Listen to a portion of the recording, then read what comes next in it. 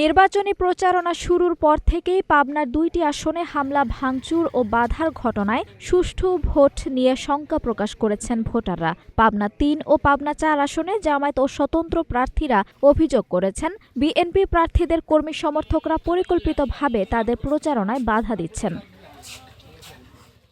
সম্প্রতি পাবনা ৪ আসনে স্বতন্ত্র প্রার্থী জাকারিয়া পিন্টুর নির্বাচনী অফিস ভাঙচুর করা হয়। একইভাবে পাবনা ৩ আসনে স্বতন্ত্র প্রার্থী KM আনোয়ারুল ইসলামের প্রচারণার মাইক ও অফিস ভাঙচুরের অভিযোগ উঠেছে। ২ আসনে অন্তত ১০টি এমন ঘটনার তথ্য পাওয়া গেছে। এছাড়া জামায়াত প্রার্থীদের উপর হামলা ও মারধরের অভিযোগও রয়েছে।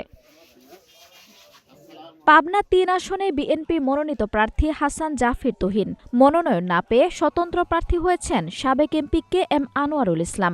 এই আসনে জামায়াত মনোনীত প্রার্থী অধ্যাপক আলী আসগর।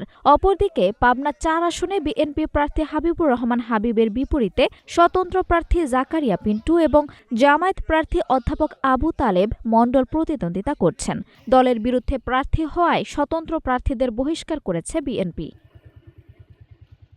স্বতন্ত্র ও জামায়াত প্রার্থীরা বলছেন, এসব হামলা সুষ্ঠু নির্বাচনের বড় অন্তরায়। প্রশাসনের কাছে লেভেল প্লেয়িং ফিল্ড নিশ্চিত করার দাবি জানিয়েছেন তারা। তবে অভিযোগ অস্বীকার করেছেন বিএনপি প্রার্থীরা। তাদের দাবি, সাধারণ মানুষ ধানের শীষের পক্ষে রয়েছে।